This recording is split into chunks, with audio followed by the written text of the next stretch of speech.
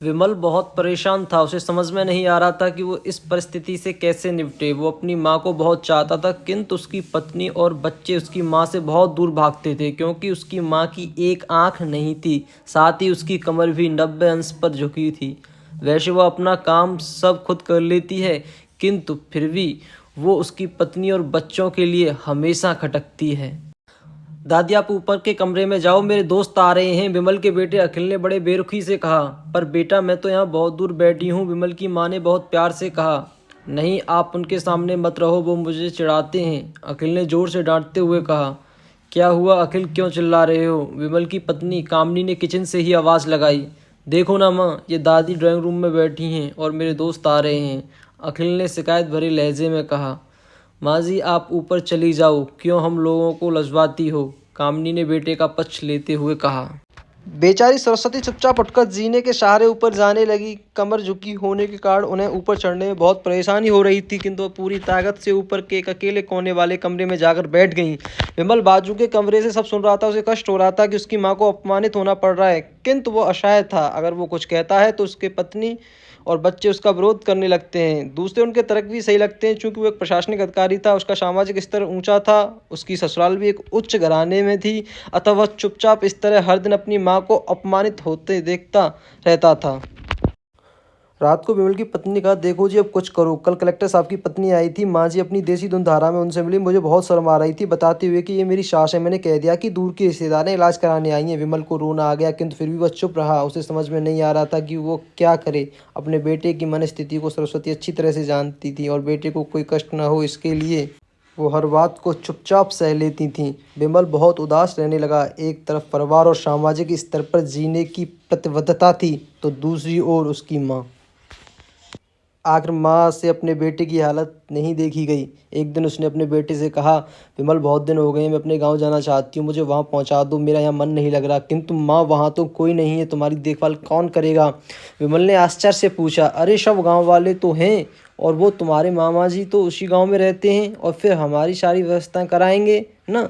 कामनी तो जैसे मन की मुराद मिल गई हो। हाँ बेटा, बहू सही कह रही है, सरस्वती ने लंबी सांस लेते हुए कहा। विमल जानता था कि गांव में माँ की देखभाल करने वाला कोई नहीं है, लेकिन वह अपनी पत्नी की जिद के कारण अपनी माँ को गांव छोड़ने पर विवश हो गया। माँ को गांव छोड़कर आते वक्त उसे रोना आ रहा था, अपनी बेबसी पर गुस्सा भी आ रहा था, किंतु परिवार, पत्नी और समाज ने उसके इन मनोभावों को दबा दिया और वो सुकून सा महसूस करने लगा। कुछ दिनों बाद उसके चाचा, जो अमेरिका में रहते थे, आने वाले थे। जब वह विमल बहुत छोटा था, उसके पिता जीवित थे, तब वो भारत आए थे, और उसके बाद वो भारत आने वाले थे। पूरा परिवार और आसपास पड़ोस बहुत उत्साहित था। अमेरिका से विमल के डॉक्टर चाचा आ रहे थे। डॉक्टर रमेश ने जैसे ही घर में कदम रखा, सब मिलकर बहुत उत्साह से उनका स्वागत किया। क्यों विमल भाभी नहीं दिख रही हैं, कहाँ हैं? डॉक्टर रमेश ने उत्साहपूर्वक पूछा। जी वो गांव में रहती हैं, या उनका मन नहीं लगा, कमानी ने सपाट लहजे में उत्तर दिया। डॉक्टर रमेश ने विमल की ओर देखा तो विमल ने अपनी आंखें झुका ली।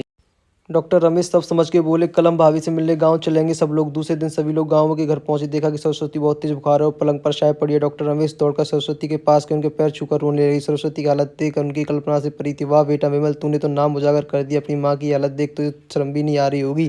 डॉक्टर रमेश ने विमल को लगभग डांटते हुए कहा। नहीं देवर जी, विमल का कोई दोष नहीं है, मैं खुद गाँव आई थी। सरस्वती ने अपनी बेटी का बचाव किया। मुझे सब पता चल गया। भाभी आप चुप रहो।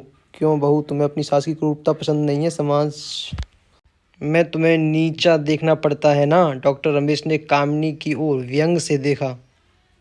कामिनी निरुत्तर होकर विमल को देखने लगी। आज तुम जिस सामाजिक स्तर पर हो, इन्हीं के संघर्षों की देन है बेटा विमल। तुम्हें शायद मालूम न हो कि बचपन में जब तुम 1 साल के थे, तब छत से नीचे गिरने के कारण तुम्हारी एक आंख फूट गई थी और तुम्हारी रीढ़ की हड्डी में भी समस्या थी। तब तुम्हारी इसी कुरूप माँ ने अपनी एक आंख और अपना बोन मैरो तुम्हें देकर इतना सुंदर स्वरूप दिया।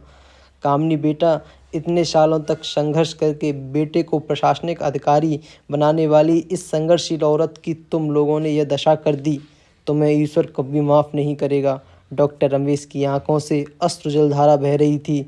अब भाभी आप मेरे साथ अमेरिका जाएंगी, यहाँ इन स्वार्थी लोगों के बीच नहीं रहेंगी। डॉक्टर रमेश ने सरस्वती से कहा। विमल को तो कांटों खून भी नहीं था। डॉक्टर रमेश जो उसके चाचा थे, उन्हें जो राज बताया, उसके बाद तो विमल को यही लग रहा था कि उससे ज़्यादा पापी इंसान इस दुनिया में कोई और है ही नहीं। वह दौड़ता गया और माँ सरस्वती के कदमों से लिपट गया। माँ, मेरा अपराध अक्षम्य है, मैं जानबूझकर चुप्पी साधे रहा, उसका अपमान करवाता रहा। अब सिर्फ आप ही उस घर में मेरे साथ रहेंगे और कोई नहीं।